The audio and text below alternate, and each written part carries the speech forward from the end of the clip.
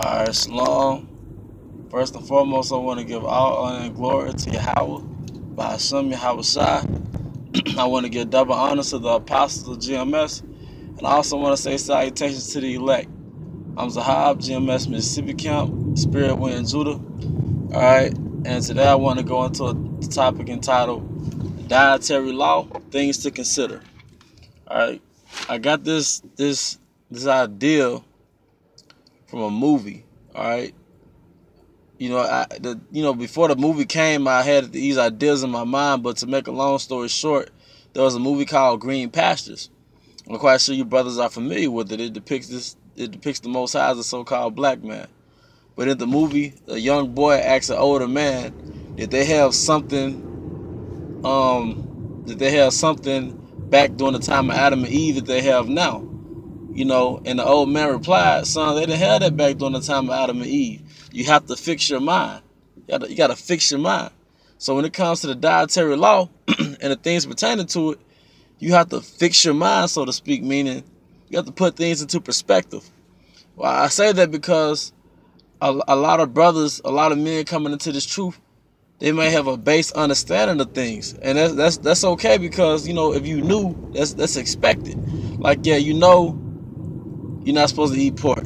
You're not supposed to eat catfish, and that's good. But all because the scripture says, thou shalt not, the scripture doesn't say don't eat McDonald's or don't eat Burger King, that don't mean that it's okay to eat that stuff, man. Because when the time that the law was written, McDonald's and Burger King didn't exist.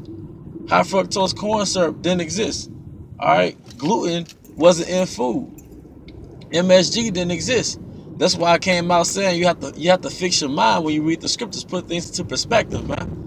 All because fried chicken isn't a sin, that doesn't mean it's gonna benefit you, man. All right, prove thy soul and thy life, and that which is evil for it, give that not unto it, man. Everyone knows one of the biggest causes of high blood pressure for the 12 tribes. One of the biggest causes is fried food, man. We wasn't dipping our chicken in grease. All right. There was no such thing as processed sugar, man. Esau was the modern day Frankenstein, man. We're not really eating food. All right, you have to open your eyes. You have to take the red pill, man. Yahweh Shai has to illuminate you, man, so you can see what you really putting in your body and how it's affecting your body, man. Because although we are under the curses, and certain things you just can't help. I mean, you're a so-called black and Hispanic man in America, you're gonna catch hell in that. But a lot of the things that Jake suffers is from things that they bring in their own life, man. The reason why, in most cases, you might have baby mama drama and all that, because a good chance you was trying to chase some thought, man, some whore. All right, but going back to food, the reason why you sick 90% of the time is from something you put in your body, man. But a lot of Israelites, I believe, have this attitude, well, where there's no law, there's no sin. So they'll eat a whole bunch of crap. You can't do that, man, because you're killing yourself, man. You can't tempt the Most High, or the Most High have mercy, and He gonna let that happen to me. If you keep eating the wrong food, He will let that happen to you. If diabetes runs your family, yeah, you a sugar. You treat sugar like it's cocaine, man. Guess what? The Most High still might let you get diabetes, man. All right, you can't be presumptuous and daring in this truth, man. But the thing I want to keep sticking to was the point what I want to keep sticking to was fix your mind, man. When you read the dietary law, cows were lawful. The cow is lawful, man. The beef is lawful. But one of the things that made it lawful was the fact that it chewed the cud, meaning it was grass fed.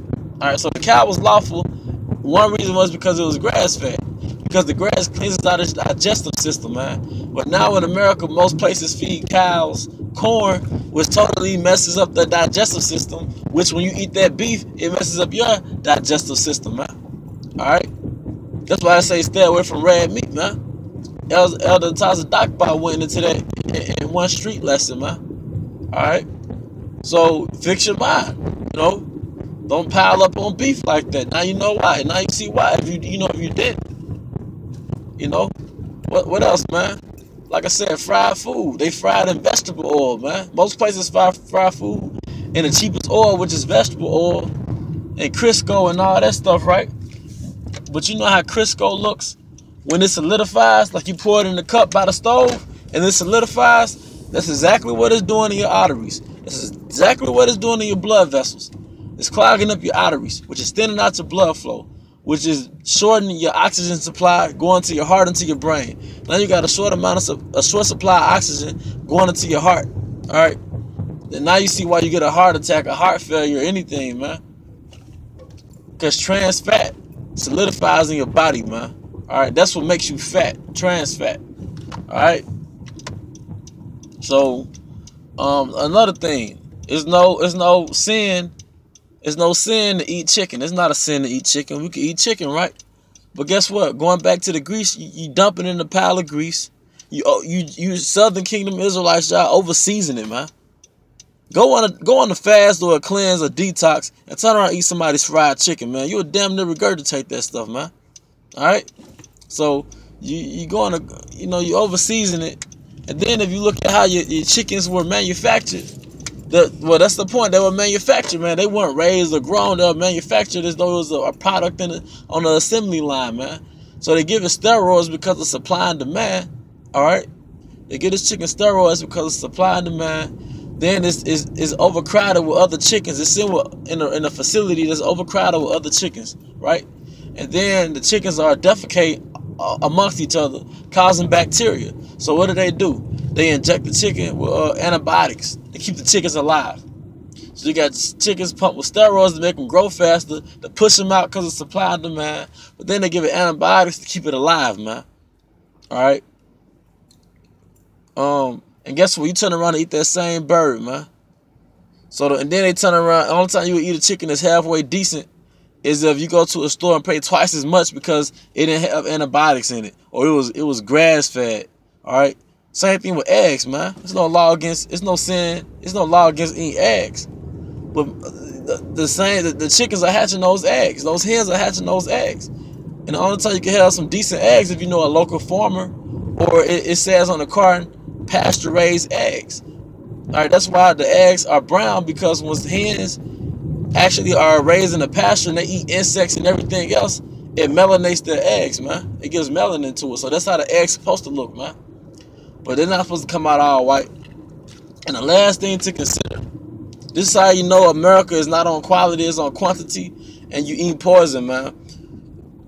Think about chicken and beef, right? Chicken and beef, all the fast food.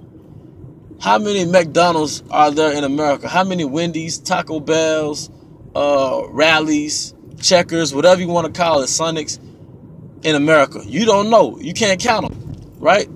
But if you go to any of those restaurants, more than likely it's going to be a packed line in the drive-thru, and it might be packed inside the store. So people are getting this food almost as though it's growing off of a tree, man. But you have to consider, this food comes from animals that they raise in these facilities, man.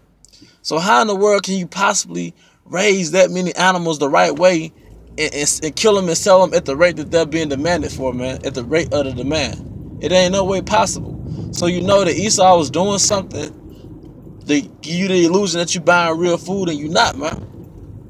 And the conclusion of this is basically, watch what you eat, man. Everything I just named was lawful, but the way Esau says it to you, man, it might as well be a sin. You know, it might as well be unlawful. The scripture says, temperance in all things, we're going to eat our bread defile amongst the Gentiles. But you got to be cognizant, man. You got to be mindful of what you're putting into your body, man. Yeah, the Most High going to plague you. Yeah, you're going to catch hell. Yeah, He going to plague you with chronic illnesses. But a lot of that got to do with what you're doing to yourself, man. All right?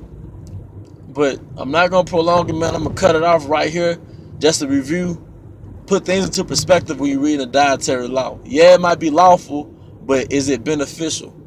All right? America didn't exist when the scriptures was written, man. But with that, I'm going to say shalom.